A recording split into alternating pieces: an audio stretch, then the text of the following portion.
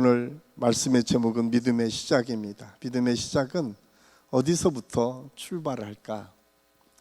참 우리가 신앙생활하는 것이 어떻게 보면 기적처럼 여겨질 때가 참 많이 있습니다.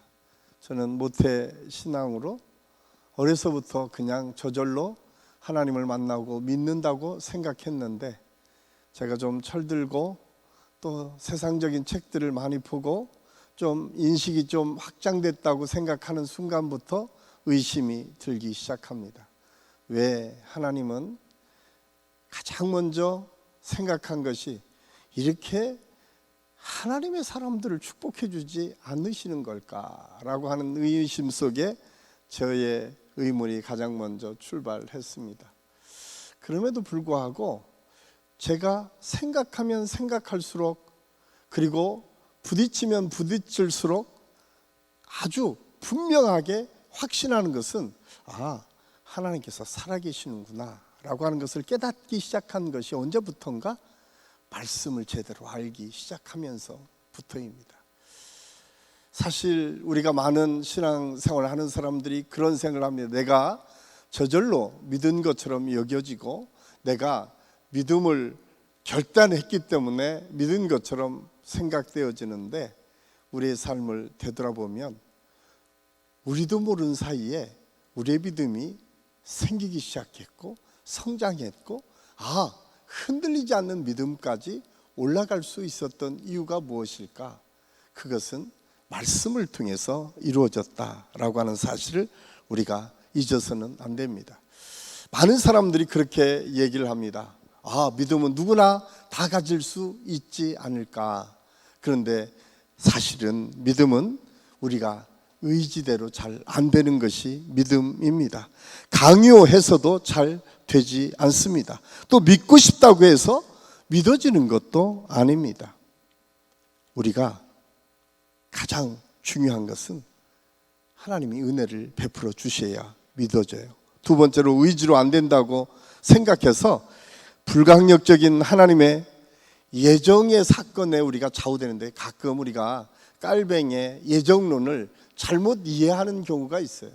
오늘 또 우리 집사님의 가정에서 권사님과 집사님과 얘기하는 중에 우리 믿음의 사람들이 우리의 운명을 마치 결론부터 지어놓고 결론이 이렇기 때문에 왜 하나님은 우리에게 이런 어려움도 주시고 이런 문제도 주시고 이럴까라고 생각을 합니다. 그래서 예정론을 어떻게 이해를 하냐면 운명론으로 이해를 합니다. 근데 예정론과 운명론은 완전히 다릅니다. 여러분, 이미 정해졌는데 우리가 할 수 있는 게 뭐야? 라고 하는 것이 예정론이 아닙니다.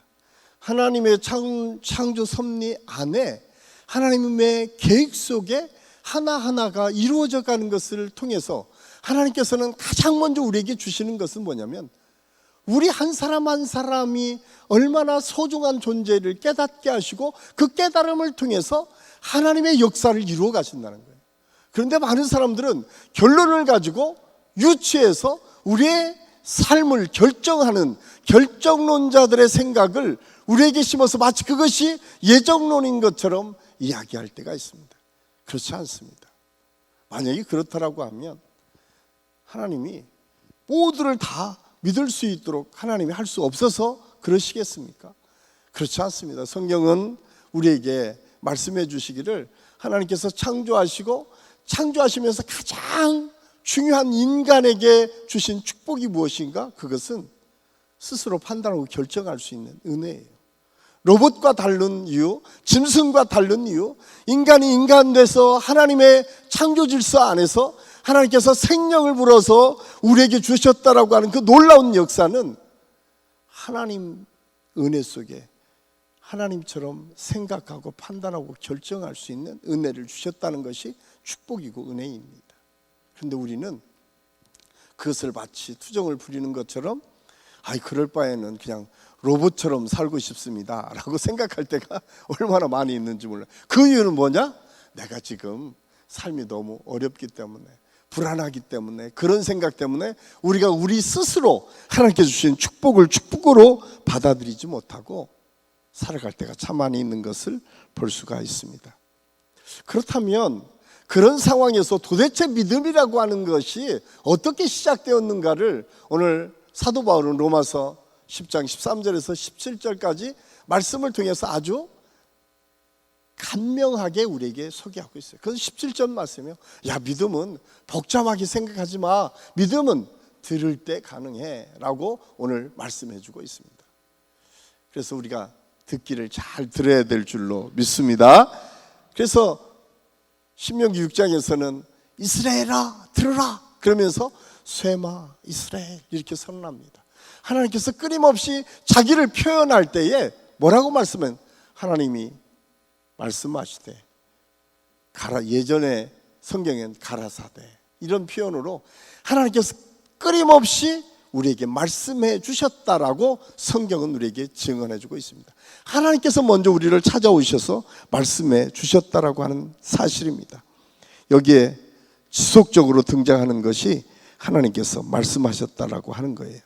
그래서 우리가 종교개혁에서도 오직 성경으로만이라고 하는 이유를 설명할 때 가장 먼저는 하나님의 말씀이 우리한테 들려질 때에 거기에 하나님의 역사가 있었다.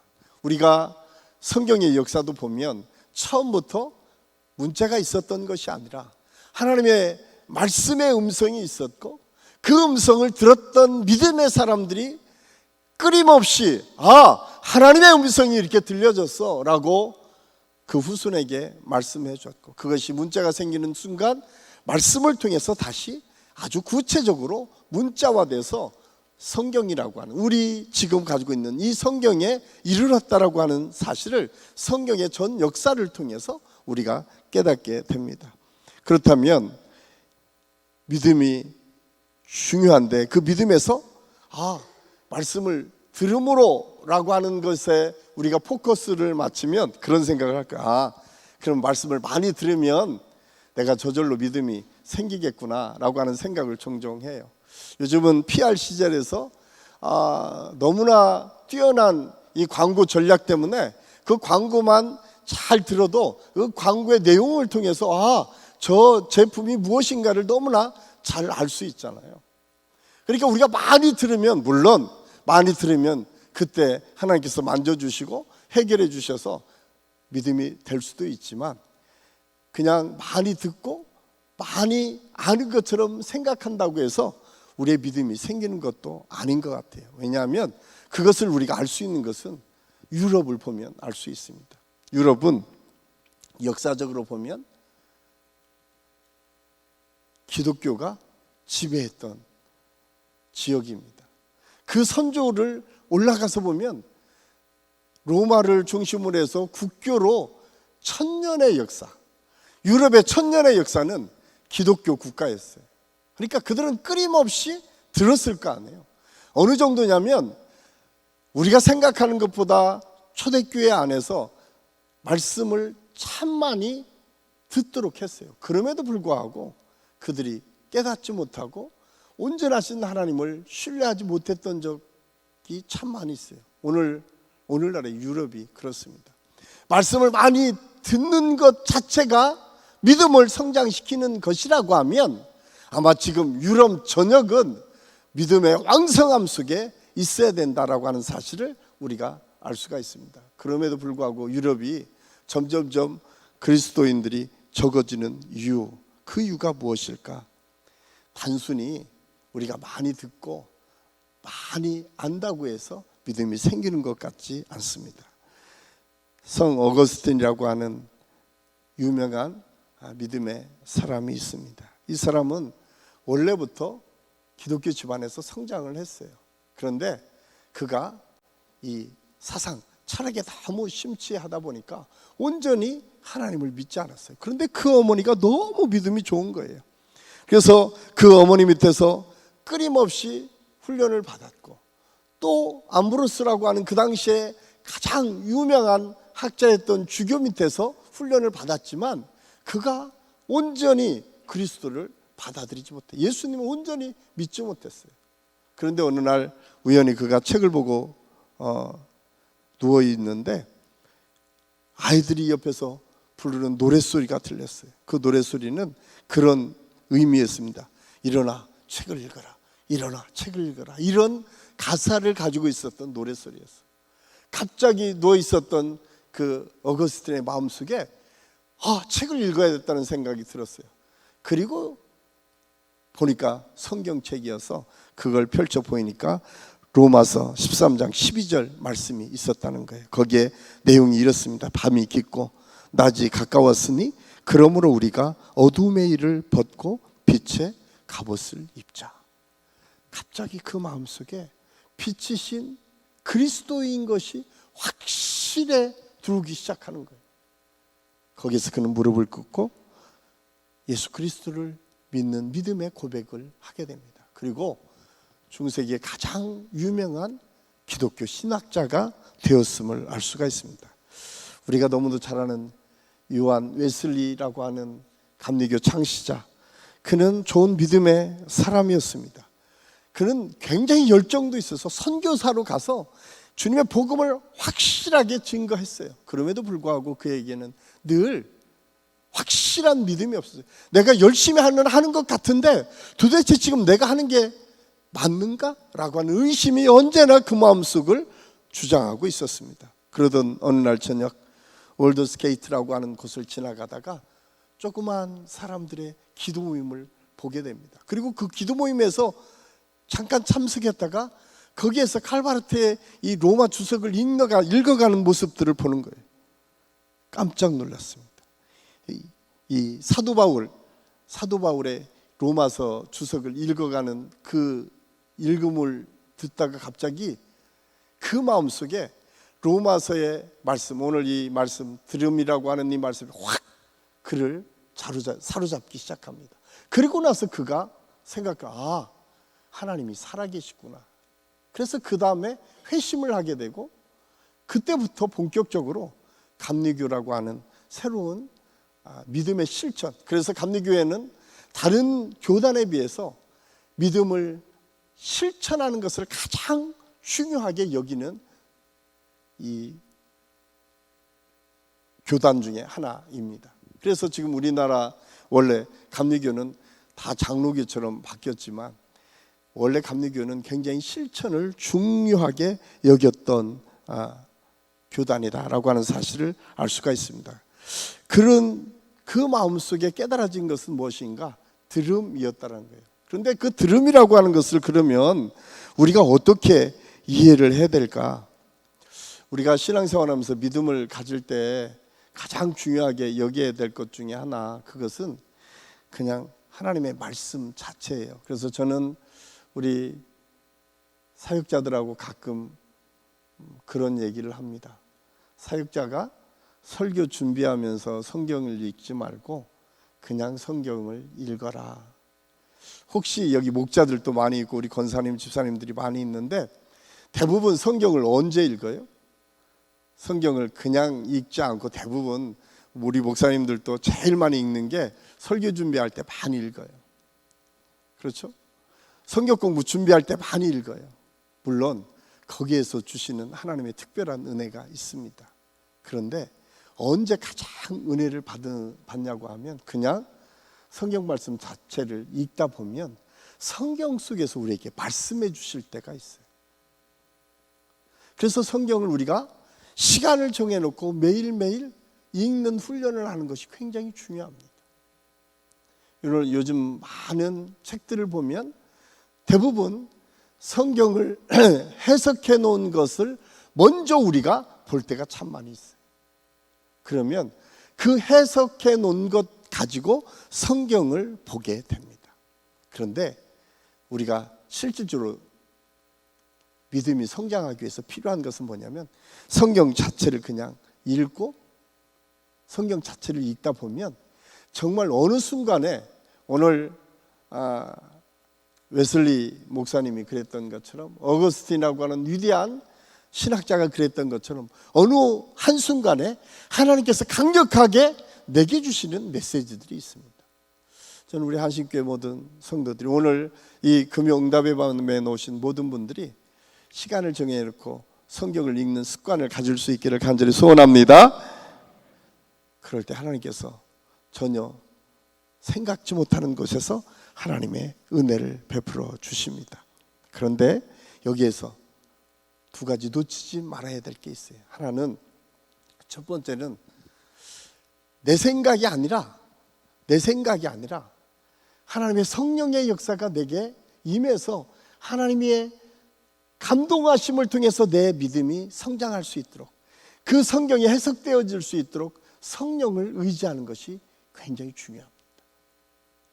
우리가 신앙생활을 할 때에 성령님 내게 오늘 말씀해 주옵소서, 내가 듣겠습니다 라고 기도하고 말씀을 읽을 때 정말 예상하지 못하는 곳에서 하나님의 은혜가 있습니다.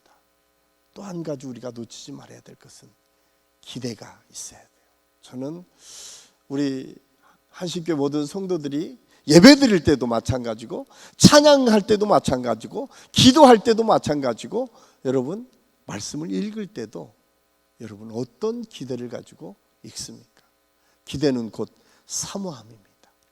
하나님께서 우리 믿음의 사람들에게 특별히 주신 기대함, 그 사모함이 있을 때에 하나님께서는 그 말씀을 새롭게 해석되어지도록 우리를 인도해 주시고 함께 해주신다고 하는 사실을 우리는 알아야 됩니다. 그래서 하나님의 말씀을 읽을 때는 언제나 기대할 수 있기를 간절히 소원합니다.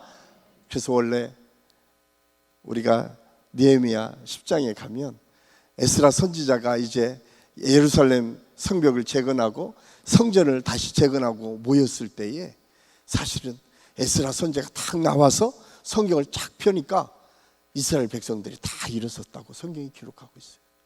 에스라 선지가 읽을 때마다 아멘 아멘 아멘 하면서 그들이 소리치며 기뻐하며 응답했다라고 성경이 기록하고 있어요. 그러면서 그 다음에 느헤미야 선지자를 통해서 주시는 메시지는 우리가 이렇게 기뻐하는 것이 하나님의 일이다라고 우리에게 선언하고 선포하고 있습니다.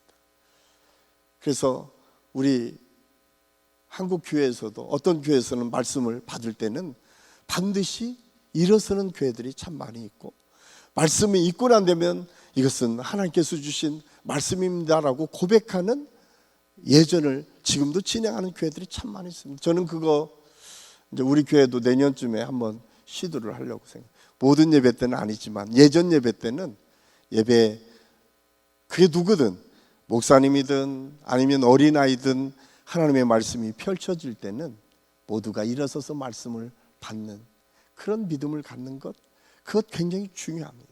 그래서 사실 말씀을 선포할 때 우리가 강단에서만 말씀이 선포될 때 사실은 이 다른 교회는 2개를 만들었던 이유 중에 하나는 말씀을 선포하는 단상이 항상 달랐어요.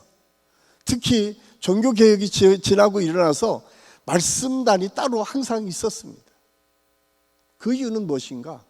말씀의 권위를 세우고 말씀을 통해서 주실 은혜를 기대하고 소망하는 믿음이 그들에게 있었다라고 하는 사실입니다. 저는 우리 한신교회 모든 성도들의 삶에서 다시 한번 이런 말씀을 읽고 성령의 은혜를 충만하게 기대하고 소망하며 나아가는 믿음의 운동들이 우리에게 있어서 저는 우리 한신교회 모든 성도들이 말씀을 읽을 때마다 그 말씀 속에서 역사하시는 하나님의 은혜를 체험할 수 있기를 예수님의 이름을 간절히 축원합니다. 또 하나 오늘 말씀을 통해서 우리가 알아야 될 것은 말씀을 증거할 때도 마찬가지입니다. 오늘 성경은 그렇게 우리에게 말씀합니다. 성령의 역사를 따라서 말씀을 선포할 때에 하나님의 능력의 역사가 나타난다. 우리가 가끔 집에서 기도할 때 여러분들이 신앙생활 하면서 힘들고 어려움 속에 마음이 답답하고 어려울 때마다 성령을 의지하여 말씀을 선포하십시오. 사실 우리가 하나님의 말씀을 암송하는 가장 중요한 이유는 무엇인가? 어느 순간에 말씀 자체가 능력이 될 때가 있습니다. 그냥 말씀을 암송하면 내 마음에 악한 생각들이 그냥 떠나가는 경우가 있습니다. 정말 말씀을 선포만 하면 귀신이 쫓겨가는 역사가 있습니다.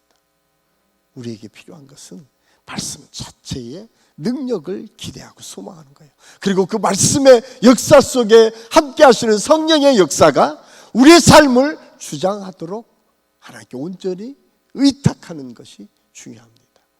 오늘 믿음의 시작은 이렇듯 말씀을 통해서 시작되고, 말씀을 선언하고 선포하는 것부터 시작되고, 말씀을 기대하고 사모하는 것부터 시작된다고 하는 사실을 깨닫고, 우리 모든 성도들이 이 말씀 속에 함께 하시는 하나님의 능력과 은혜를 늘 누릴 수 있기를 예수님의 이름으로 간절히 축원합니다.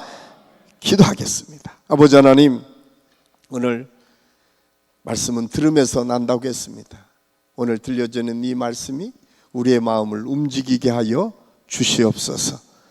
이 말씀 자체가 능력이 있고, 말씀이 곧 우리의 삶을 이끌어간다고 하는 사실을 우리가 깨닫고, 언제나 그 말씀 속에 역사하시는 하나님의 은혜를 기대하며 소망하며 나아갈 수 있도록 하나님께서 인도하여 주시옵소서.